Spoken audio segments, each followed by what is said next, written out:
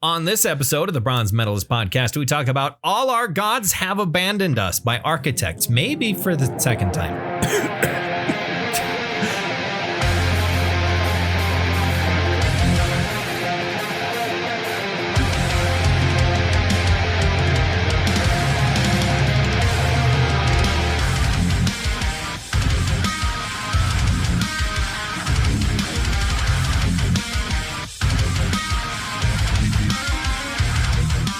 Hello, everyone. Welcome to another episode of the Bronze Metalist podcast. I'm Kale. I'm OJ. We're two professional broadcasters. We like metal and we like to talk about it. And today, I'm fairly certain this is the first time we've actually on the podcast talked about All Our Gods Have Abandoned Us by Architects, at least as the episode topic. Right. I think it is. I've dug.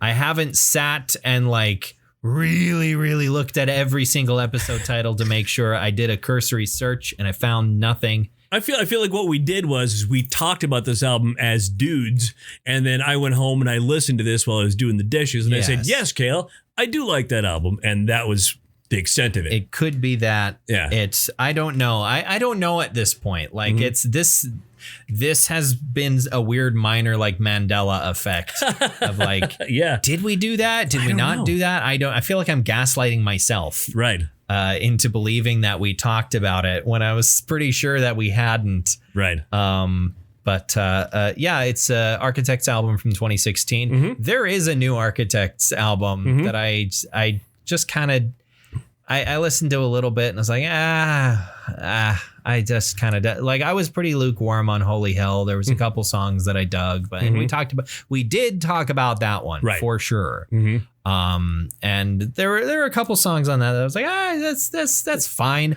But there's kind of something. I mean, there's obviously something missing from newer Architects, and that is Tom Searle. Sure, but who died. There was so much of him in the band that it's like you almost feel bad because it feel Architects after Tom honestly feels like a different band. This was his last album. It came out a couple of months before he died. This came out in late May of 2016, so almost 6 years ago, and he died in late August. And he knew it was coming. Or did he? More or less. I don't know if it's. I haven't read up on the circumstances of his death for quite a while at this point. But he was sick again, basically, while they were recording and while while the album and singles in the album were coming out. He was sick. He had gone through several bouts with skin cancer and was had been sick again. There was a period, I think, in 2014 when Lost Forever, Lost Together came out. I think he was in remission then. I can't remember exactly when the cancer sort of came back. But this album drew a lot of it's the metalcore version of Bowie's last album. Sure. In a sense of oh, wow, this is all this, after Tom died, it was this album is different now. This album's a lot different now. In retrospect. And I mean, with Bowie, it was much quicker because the album came out, the day before he died? Something like that, yeah. Bowie's last album, something like that. It came out a couple of days before he died. But this was, and it was also interesting at the Grammys, the next Grammys after. It was maybe because they're both British musicians, but Tom Searle's picture came up in the In Memoriam right before David Bowie, which is wow, those two are next to each other. Okay. But no, it was a lot of songs on this was wow, it's totally changed perspective after Tom died. But we'll talk more about that in a bit. First, how are you doing? We're recording a little later than normal because you're sitting in a car. Yeah. Well, okay. Yeah. This afternoon, I usually pick up my youngest child from from school, and then we go to my house and we hang out and talk about stuff, play video games, whatever, guy stuff. And today he's like, Dad, you have stuff that goes on food, but have no actual food to eat, to put the stuff that goes on food on. I know that feeling. And I said, Matt, well, are you hungry? He's like, yeah, I'm hungry. I guess I can wait till Mom gets here. I'm like, let's go out to eat. Let's go out to eat. He said, yeah, all right. I said, what do you want? He said, I don't even care. Let's just go somewhere. I said, when was the last time we went to the ground round? And he's like, I don't know what that is. I'm like, okay, so we'll go there. We'll go there. So we ate, and it was a good meal. And I realized, it was getting kind of late. I thought I messaged you. I'm going to be a tish bit late. I figured it'd be about 10 minutes late. 50. Yeah, I was 50 minutes late. But yeah, because shit happens. Yeah, shit happens. Fine. I'm sorry. The ground round it's fine. I was thinking of the ground round, and like, it is weird to me that at a restaurant the appetizer is popcorn. Right, that they bring that to your table whether you want it or not. I feel like popcorn is not a good choice for an appetizer at a restaurant. Not because I don't like popcorn and I don't think it's, like, oh yeah, a little crunchy snack and it's not, it's not going to be filling or anything. It's popcorn. The problem is all the shit that gets in your teeth.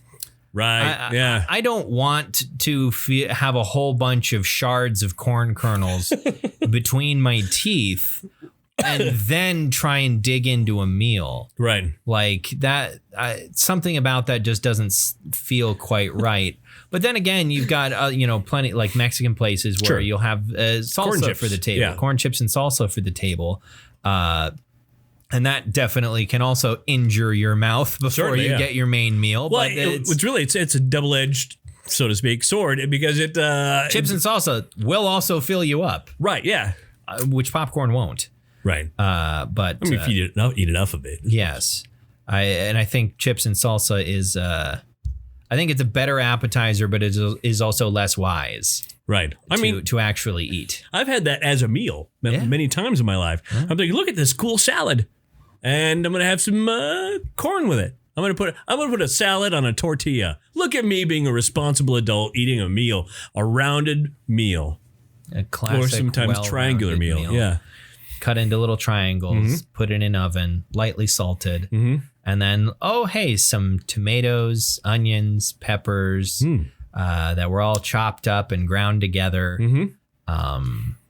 Those two things together, a well-rounded meal. It is. I mean, you don't have a protein in there. Yeah. But that's what beef jerky's for. Yeah. I forget, salsa usually has quite a bit of sugar in it too, doesn't it? It depends on the salsa. It depends on this, but some amount of sugar anyway. Whenever I make my salsa, I don't generally put any sugar in it. Yeah, I guess it depends. I don't know enough about salsa. I just like the stuff. Sure. That's a relatively new thing for me. Are you a thin salsa or a chunky salsa? I prefer thinner, I suppose, just because for me, I am bothered with certain chunky salsas when I feel like I've got more of a certain vegetable on a single scoop than other kinds of vegetable. I want everything in the same scoop. You'd like it to be more uniform. Yeah, I like it to be a little bit more uniform, but I won't say no to a chunky salsa. Sure. I'm not going to refuse a chunky salsa, but yeah, a little smoother. Yeah, it was funny. I do often prefer it for the chunky. I like textures. I like good texture. But I am, it is weird. Sometimes you'll dip salsa and it's just a load of onions is all you're eating. But or if I'm putting salsa inside like a quesadilla, if it's a chunky salsa and I get a big chunk of tomato, I don't like that. I don't care for like raw tomato. Right. Well, those are usually cooked tomatoes. Usually in a salsa, it's a stewed tomato. Cooked tomato still, but it's still a big chunk of tomato, and I'm like, no, I don't like that. My previous wife, my ex-wife. She whenever I get chunky salsa and I'd be down, kind of full on the chunky salsa. She like, are you done on this right now? I'm like, yeah, whatever. You have the rest. She'd chuck it in the Ninja.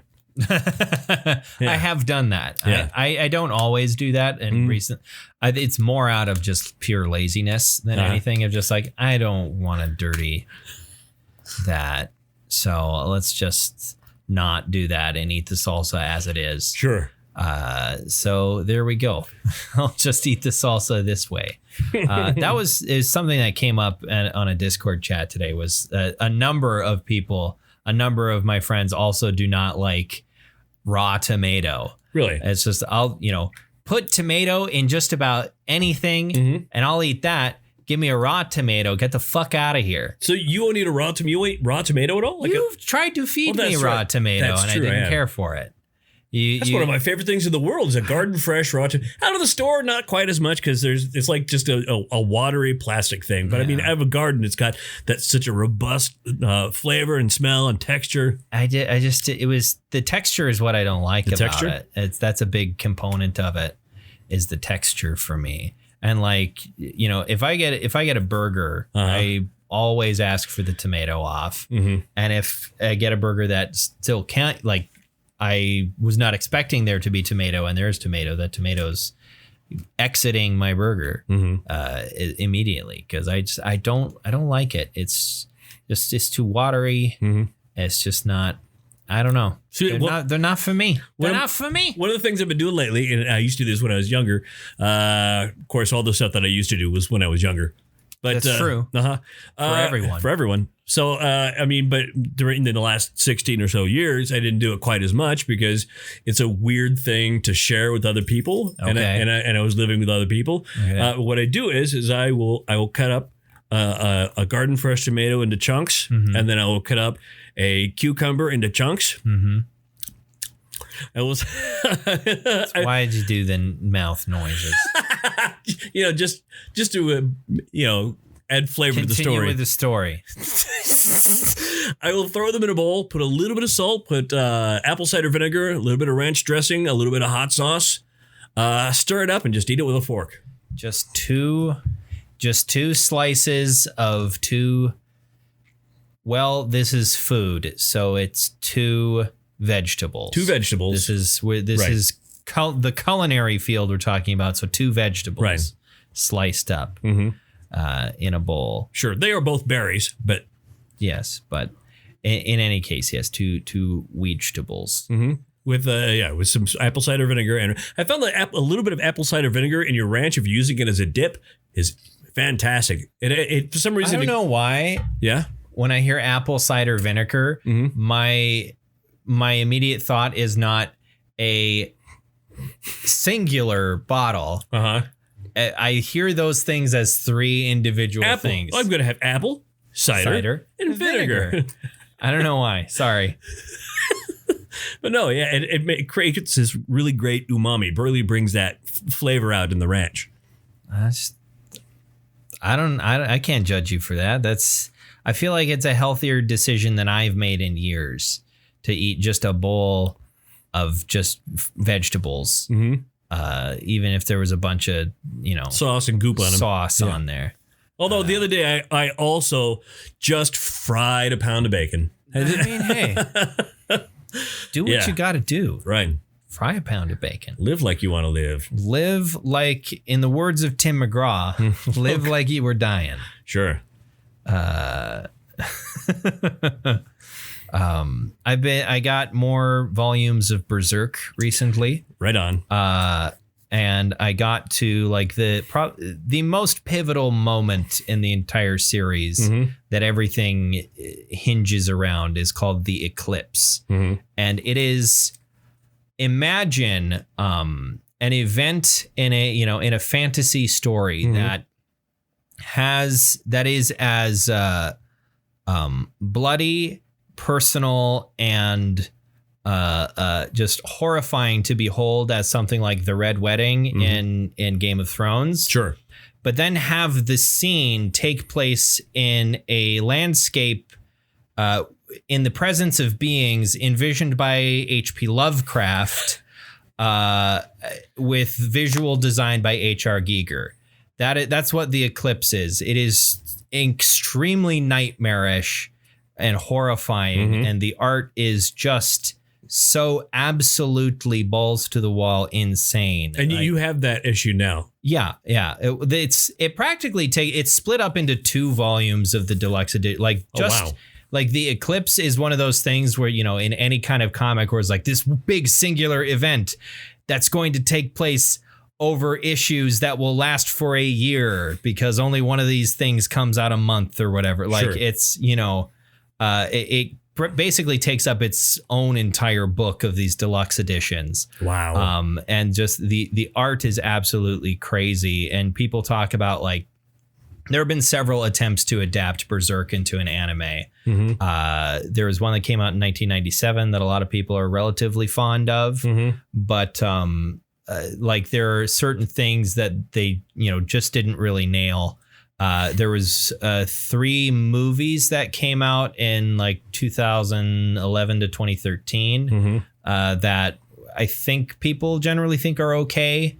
But it was, again, like both of these 2 things covered the Golden Age arc, which ends with the eclipse that covers like Guts' backstory. And then there's one that came out in 2016 that everybody hates because the animation quality was absolute dog shit. Their worst vodka flavor. It was just really bad. They did like some really awful 3D animations, which like for some people who really like anime, which I'm not really an anime person, but some anime that I have seen includes bits and pieces of 3D animation mixed in with the 2D. And sometimes it's really bad. And when it's really bad, it sticks out so horribly. And even like Western studios too, like Invincible. There's a couple of scenes in Invincible where they threw they clearly didn't have time to animate all of it in 2D. So they threw a little bit of 3D things in there really just real quick. Most people probably didn't notice them, but I did and went, it's going to bother me now. Like just, you know, little bits and pieces.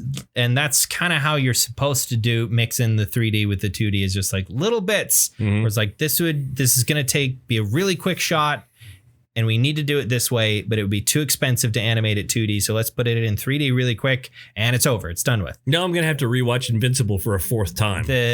I mean, hey. But like the 2016 Berserk adaptation, way overused 3D and all of it was bad. So people have been like, what if the studio that's been doing Castlevania for Netflix were to do Berserk? Because the visual designers and the directors for the Netflix Castlevania cited Kentaro Miura and Berserk as like a major influence for the art style of the Castlevania anime. Nice. It's like, what if people have been basically begging them to do a Berserk adaptation? But like reading through the Eclipse, I'm like, how the fuck would anyone even start trying to animate this shit? How would you, like, the backgrounds are so detailed.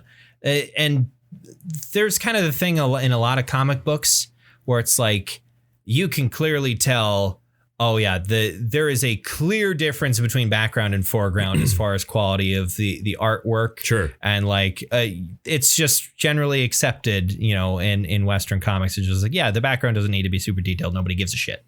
That's not how Miura did that. There is no delineation between background and foreground. Everything is equally detailed and just like extreme. I mean, there's focus obviously, but like he apparently got screamed at by one of his editors one time because when he switched over to digital art tools, he would draw pixel by pixel.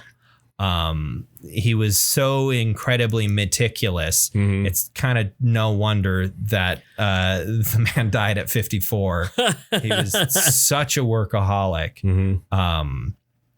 But yeah, like the artwork throughout this entire series is like so detailed, at least when you understand that like it's a manga, it's a comic book, it's something that was supposed to come out periodically. Sure. It's not something that, you know, I will work on this for a really long time and then I will be done. It was like, no, he started doing this and went, I'm going to do this for the rest of my life. Which he did. And he did do that. And he had intended to do it for a lot longer than he ended up. Then the rest of his life?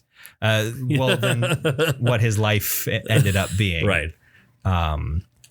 He made a comment in like 2019 that, you know, as far as what he had envisioned, they had only progressed, into like just into the back half of the story that he had envisioned. Mm-hmm. But he was also such a central figure that everyone's basically said, we're not going to do this without him.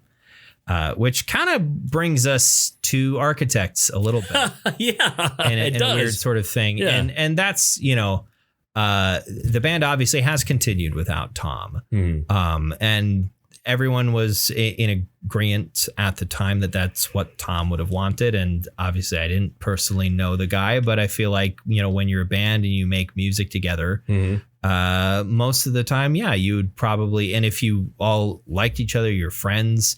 Obviously Tom's twin brother is the drummer as well. So it's like, you would want to keep going and keep doing that sort of thing. But, Tom was really the central figure of Architects. He was the songwriter. He wrote the majority of the lyrics. He's the lead guitarist.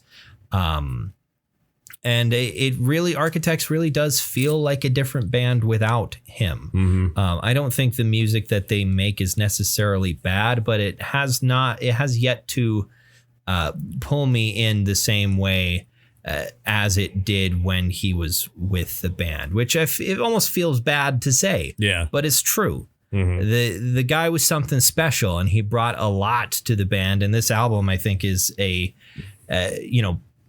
ended up being, by virtue of him dying after it released, his magnum opus, more or less. This is a fantastic album, in my opinion. And it's one that we've both listened to multiple times before this. I just I picked this by default because I'd been re-listening to some songs from it recently, and it was just like, you know what, this is compelling me lately. I can't figure out anything else that I want to listen to, so we're listening to this because I had to fall back on it as a backup because I couldn't think of anything else that I would want to talk about. This is what we ended up with. It's interesting that like this album came out 6 years ago, and that there's a lot of lyrical content on here that feels more appropriate now than it maybe did in 2016. The political messages of this album certainly haven't become less relevant. Right. And that was a lot of like, I guess, I haven't really listened all the way through Architect's latest album, and it's been a while since I've listened all the way through Holy Hell. I listened to the first few songs of their latest album. And you didn't care for it either? Like you say, it wasn't bad. It just didn't speak to me. Yeah. Well, and the other is like Sam Carter is a great vocalist, but it's like I said, there were a lot of lyrics that were written by Tom, and a lot of like the political bite that Architects had here and there, and especially on this album was mostly Tom. So it's like without that, I feel like maybe some of the wit has gone out of the band as well. But there's, like I said, political bite. There's a lot of that. There's a lot of that here. There is. The name of the album is maybe a little bit more action, a bit more of a downer than, the album in general is a downer. But like, I think in an interview, Tom said it was like, that was catchier for the lyric, but more what the vibe they wanted to go for is more that we've abandoned the things that we held dear rather than the other way around. Because the band is also rather a-religious, so or atheist as well. So it's like, how could our gods have abandoned us if there were none? But I think their point was more so kind of the other way around. And even the song Nihilist kind of suggests that. That's where the lyric is all our gods have abandoned us. But the idea is that they've abandoned us because of us, not like they just decided, oh, well, bye-bye. It was like, oh, these dumbass pieces of shit are still doing their I'm out. I'm done. I'm done. Yep. They ruined it. They ruined it later. And that kind of goes there's that through line through the album. And then there is a very heavy theme of death in the album as well. The final song is called Memento Mori, and there is a sound sample. God, I can't remember his name. He was a Anglican priest that later became a Buddhist monk. I can't remember his name, but he was became very popular in like the 50s and 60s, and has a whole bunch of like recorded interviews and stuff like that. Widely credited with popularizing Buddhism in the West, essentially. Though there are a lot of different sects of Buddhism have their traditional Buddhists have their own problems with his interpretations or even translations. He's kind of a controversial figure for some traditional Buddhists. Other people think he's fine. I can't remember his name. So I'm saying these things about him. I can't remember his name, but just search Google. I'll just Google Anglican priest who became superhero. No.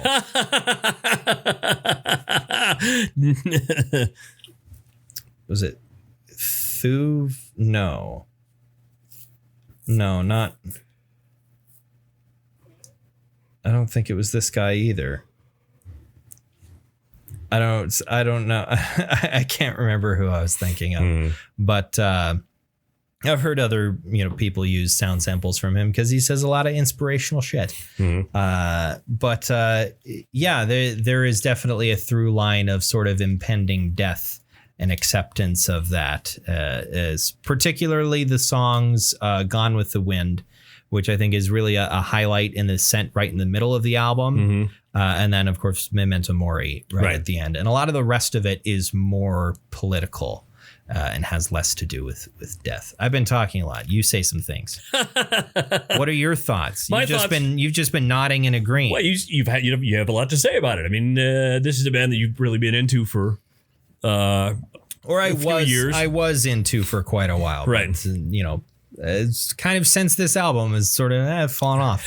Yeah. This is the band that we would talk about them, and then I would develop some sort of apoplexy of some kind for some reason. For whatever reason, you would start sneezing and coughing. Yeah, which I like this band, and I keep forgetting that they are British. Yes, they're. Yeah. How I feel like Sam Carter has such a strong accent when he sings, though. And here's the thing, though, is that a lot of metalcore vocalists sort of even doesn't matter where they're from. British. So they sound kind of British. It's sort of it's a very common thing. They're from Bristol, I believe. Yes. But yeah, the Bristol Mire area. That's kind of near Squibb. There's a thing I'm not. I know you're doing a thing. Anyway. But I guess I just feel like Sam has such a strong British accent, especially when he's doing clean singing. Right. Yeah. Well, yeah. And it's so common, I think, for bands of this ilk to develop. I forget that his is genuine. Yeah. His is real. But yeah, there's a heavy amount of emotion on this album. It is extremely, like, you get halfway through, you have to pause for a moment, go out and get a breath of fresh air. Yes. Go sit in the sunlight for a little bit. Yeah. Get under your what's the seasonal effect of your sad lamp. Yeah. Get out your sad. I mean, we're finally in the time of year where you won't need it most days. Right. Most days. It's been sunnier lately. It has been. I had a lovely day, mostly outside on Sunday with the family. But so yeah, it's that time of year now where we can be. We are no longer crammed inside. Right.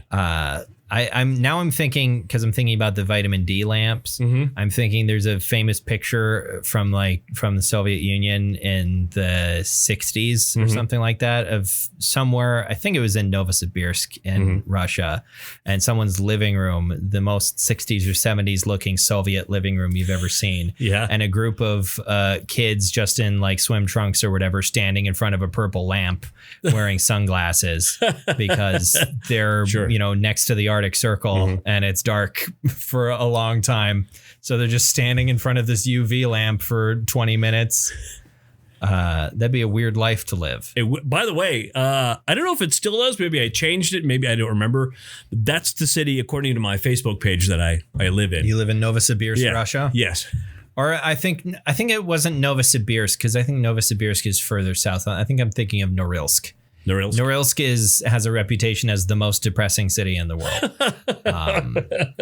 There is a massive, it's like the most populated city north of the Arctic Circle, I think. And really? There is a massive nickel mine and processing facility there that also makes it one of the most polluted cities on Earth. Sure, of course, because nickel processing is not.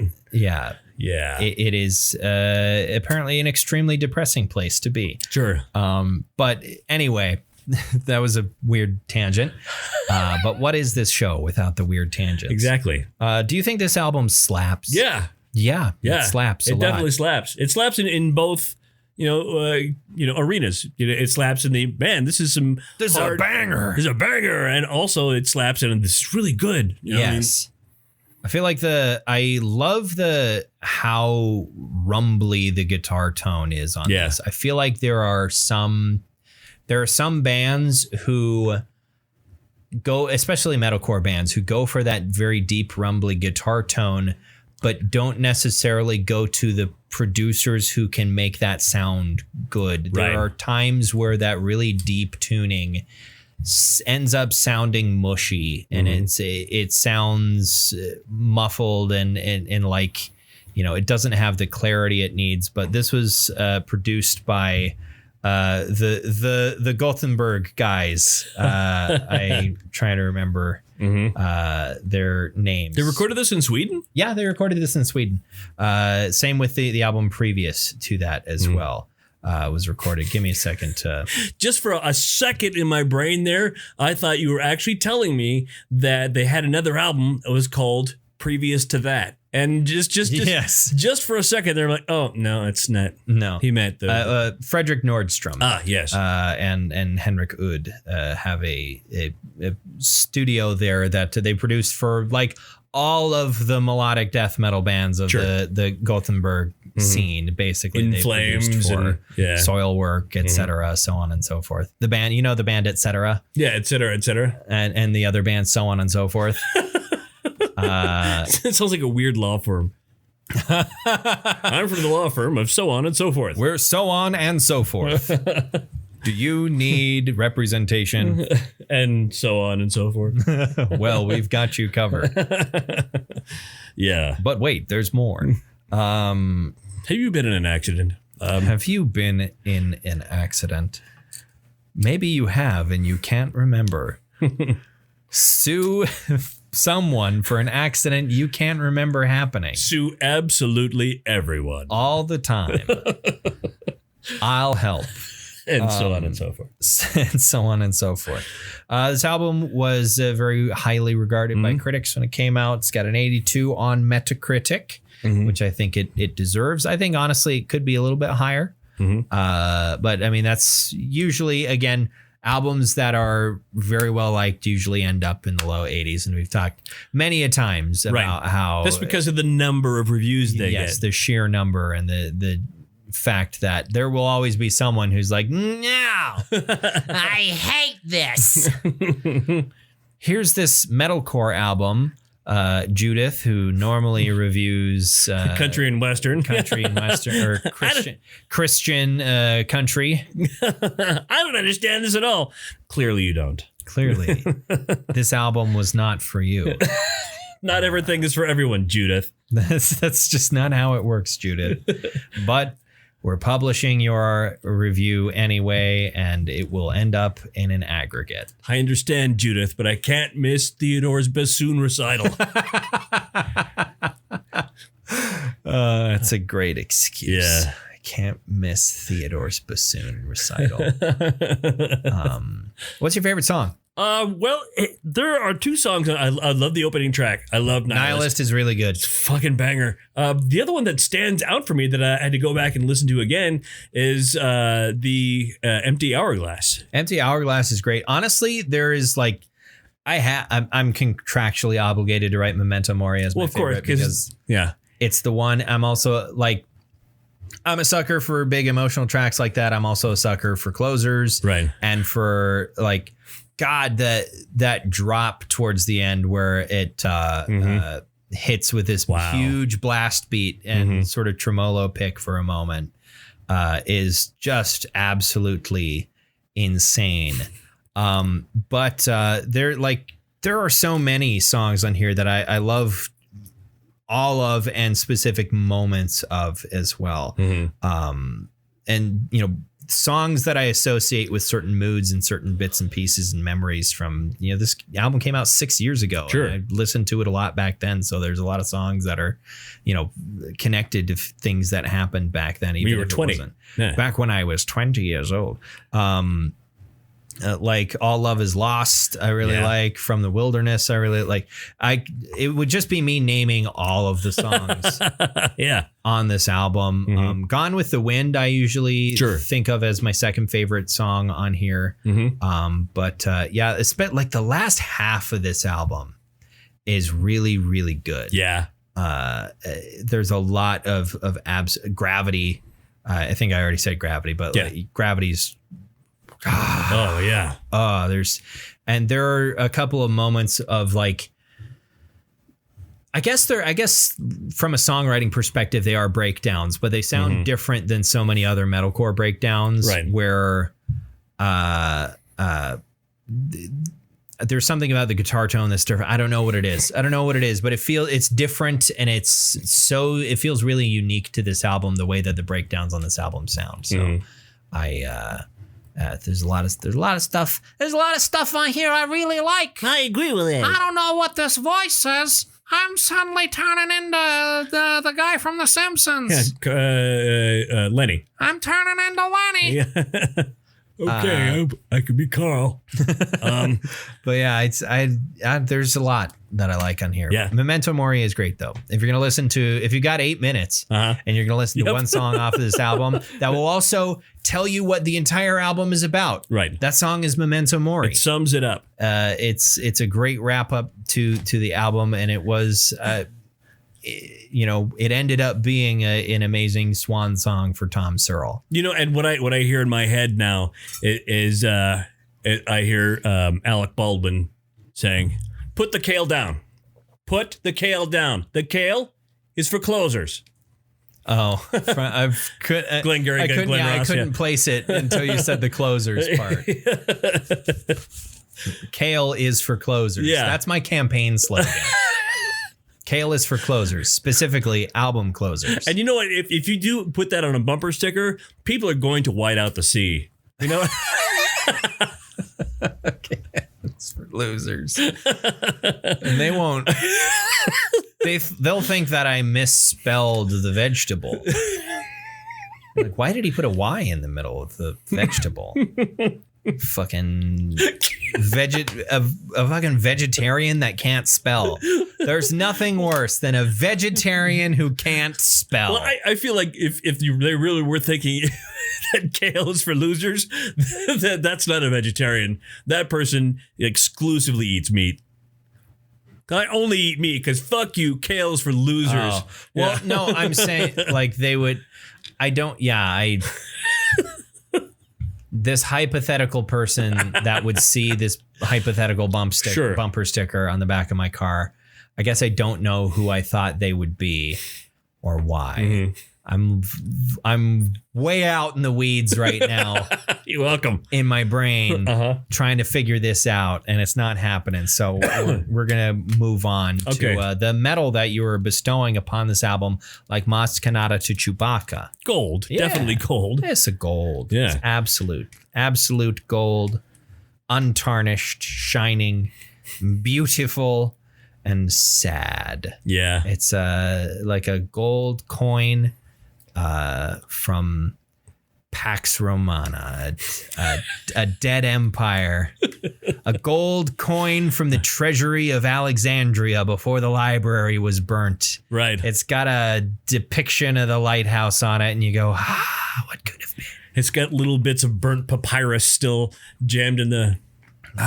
the knowledge was destroyed. What did we lose? And you look at that and you think about what we lost. Right. That's this album. I compared this. Now that I've compared this album, Tom Searle, to the burning of the library in Alexandria, we can move on to what you're bringing next week, which I'm sure will be just as poignant and meaningful. Nope. Actually, I thought I was going to take it. Might be, but I feel like that was a setup for you to be like, no, we're doing this weird band called Clownfish from back in the day. Ooh, I should bring a Clownfish album. Okay. What is it next week? It is, oh my God, I've forgotten the name of the album. Hold on. Sorry, I said Clownfish. No, yeah, you cleared my brain. Those were the magic words. Yeah. To reset your mind. Clownfish.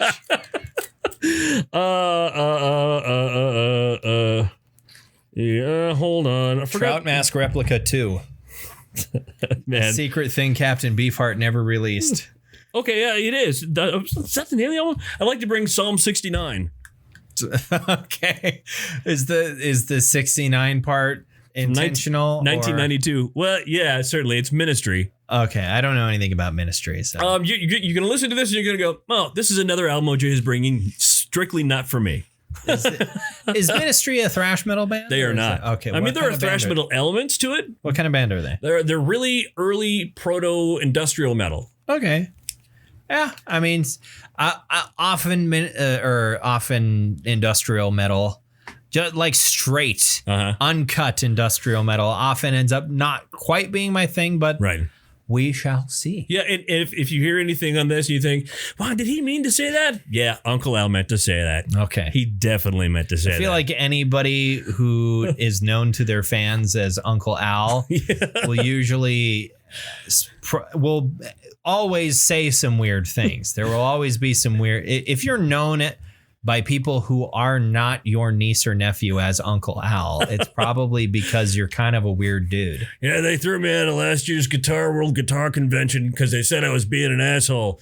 Really, what were you doing? I was being an asshole.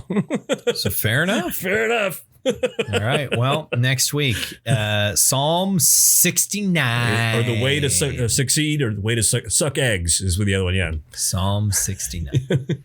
Nice. By Ministry. All right. So until next week, you can find our social media pages, perhaps. Our social media pages, perhaps. So there's water in that, huh? Yeah, there's water in that. It's totally not pure vodka. Facebook and Twitter. You can listen to us somewhere else than what you're using now. Perhaps that is Apple's podcast app, or perhaps it is Libsyn's The Podcast Source, or YouTube, maybe, if that's what you want to do. I'm not in control of your life, and you probably aren't either. So why not the two of us walk hand in hand into oblivion and listen to some metal while we're at it. That got out of hand. Thank you very much for listening to another episode of the Bronze Metalist Podcast. I'm Cam. I'm OJ. Congratulations.